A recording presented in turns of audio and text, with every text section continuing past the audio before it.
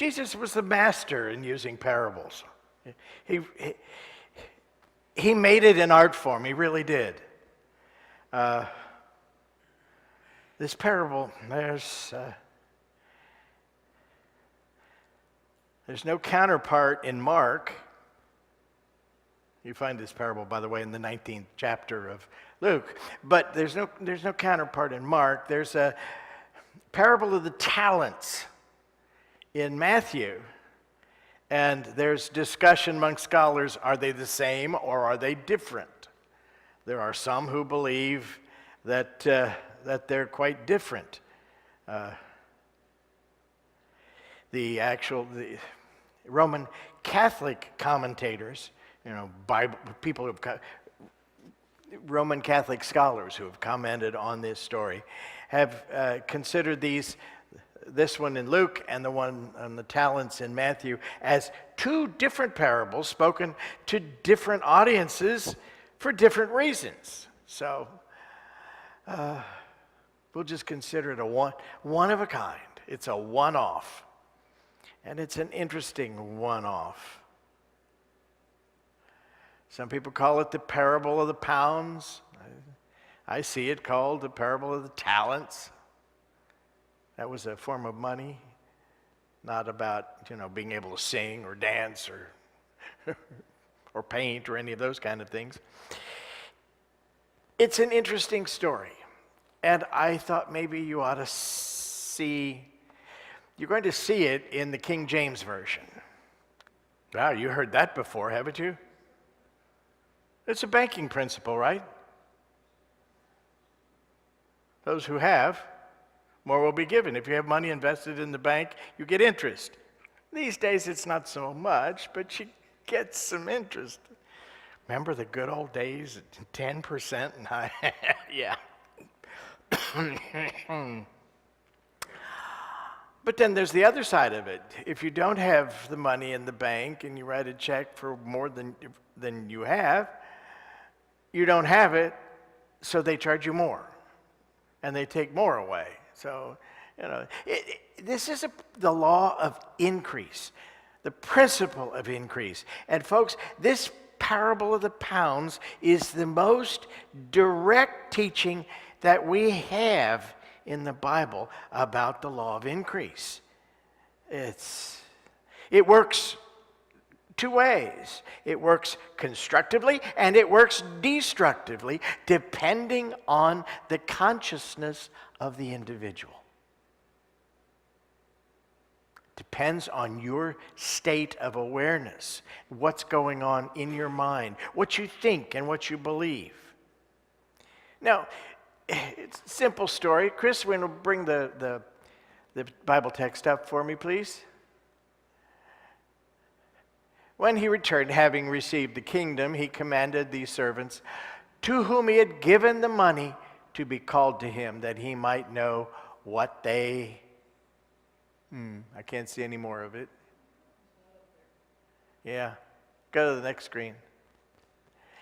The first came before him, saying, Lord, your pound has made 10 pounds more. And we'll hold there.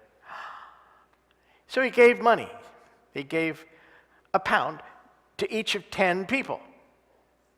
And the idea was, here, put this to use. Some of you have been here when we've given away dollar bills and said, hey, put this into circulation. Affirm a tenfold increase. And for some people,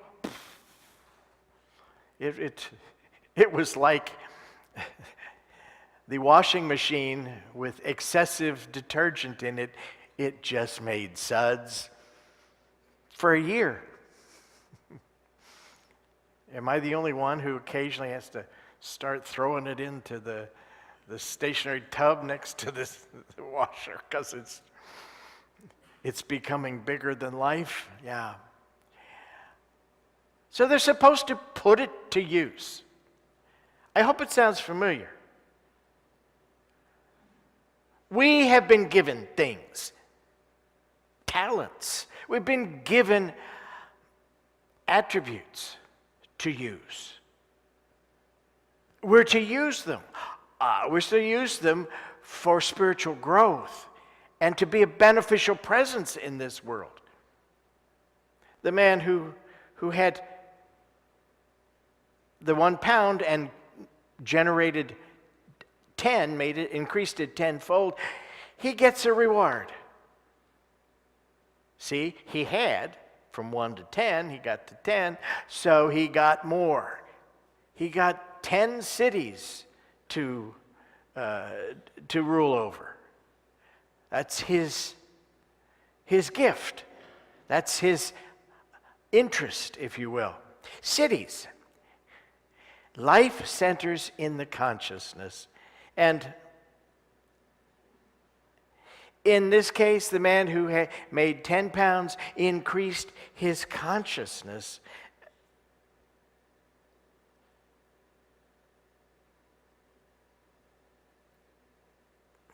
And what this represents in us, what we have to put to use is, the gifts of the Spirit. Can you think of some of them? I made a list. Life, love, truth, substance, intelligence. How about faith? Power, judgment, will. Every attribute of our being. They have their roots in God. And they are available to us and ours to use, to put to use in this world and in our lives. And it is for us to do that. Ours to use to our fullest ability. Oh, wow. Sometimes I don't do that. Sometimes I just don't.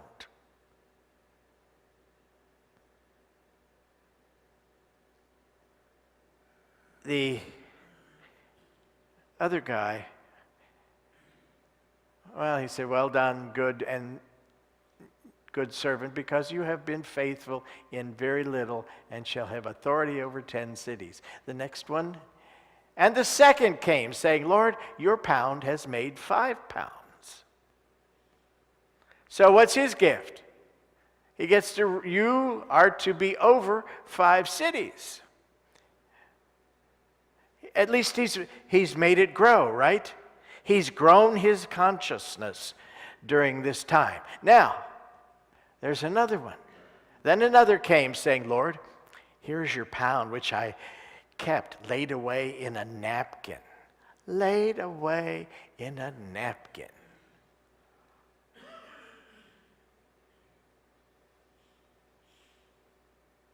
Afraid? Wants to keep it safe. Oh, what if I do the wrong thing? What if I lose it? What if it doesn't grow? What if it doesn't grow enough? Okay, but some is better than none, isn't it? Well, what if I fail? What if I don't know how to do this? What if? What a coward. So afraid to put to use what he's given, that he comes back with the same pound. And a napkin too, I presume. You get the napkin, king. You get to keep the napkin. Yeah. So afraid. So unsure of himself.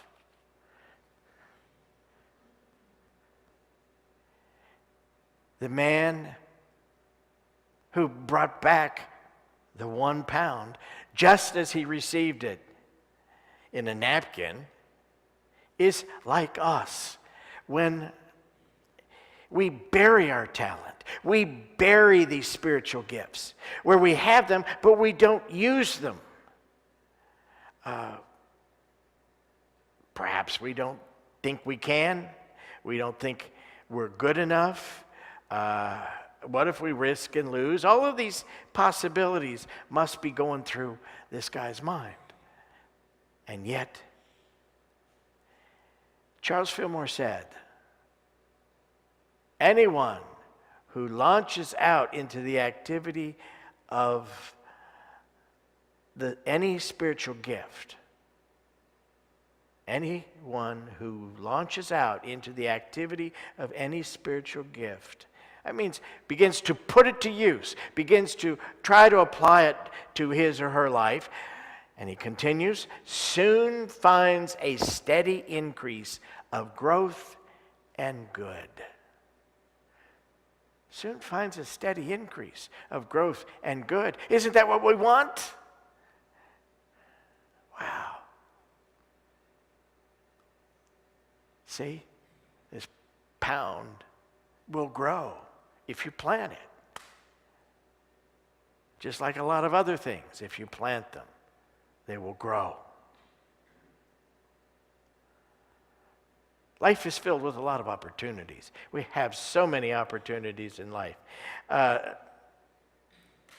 that includes those times when we think of as heaven. You've been there, right? Wow, this is heaven. Everything's going great. It's full of opportunities. And those times where you say, Lord, this is hell. Yeah, but it's full of opportunities. Remember the scripture? If I make my bed in Sheol, the underworld, thou art there. God is there. Good is there. There are opportunities there for our growth as well. Right where we are. Wherever we are. Whenever we are. Right there, our paradise is. If we seek it. If we look. If it isn't there, it's nowhere. Because God, remember, is omnipresent at all points in time and space. Nature of God is absolute good. So absolute good is at all points in time and space. If we just believe, remember, act as if. That list of spiritual gifts, you can think of many. You could list all 12 of the divine ideas, the 12 divine powers, the faculties within us. Life, love, substance, intelligence, truth. Think of them. And think that these are given to you.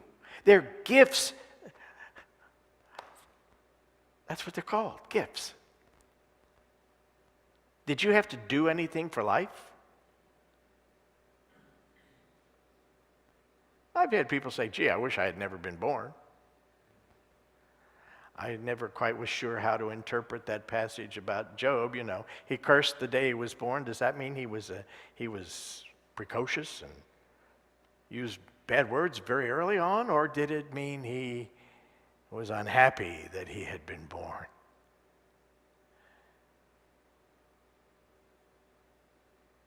We've had these talents, these gifts, these spiritual gifts since the beginning.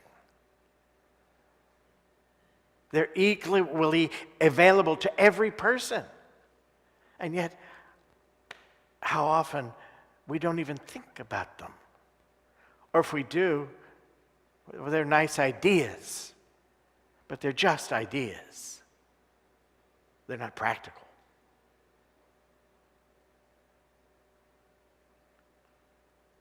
What does the Lord require of thee? We just sang about that. Yeah. And one of the things is do. Grow. Express that divinity within you, in your world, in your life. When you do, what happens? It grows. To those who have, to those who put to use what they have, get more. It increases. To those who don't, even what they have, they begin to lose. We can't stand still. I've tried. It's not a pretty sight when it happens, when I try. Yeah. Because something always comes to jar me out of my lethargy, out of my laziness, out of my lack of awareness. Probably might happen to you too.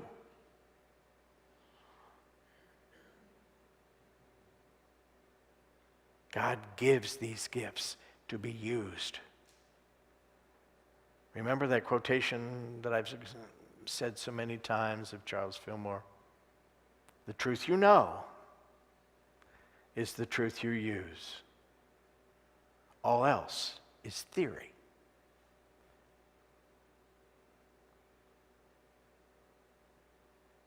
The truth we know, we put to use in our lives. And it gets stronger. The power to use it, the ability to use it becomes greater. We increase, consciousness grows, and the available opportunity for good in our lives expands.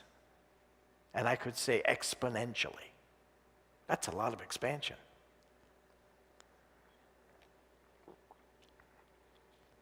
These days, when I think about how little detergent I put in the washing machine,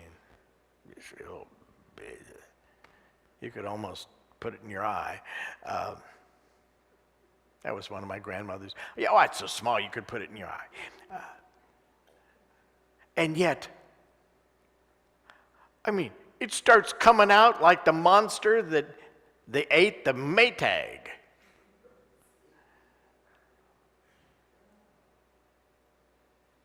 Would the truth of God be any less? Would it increase any less? Wouldn't you like your good to expand like that? Wow. And what is it filled with? Little bubbles of energy. God power.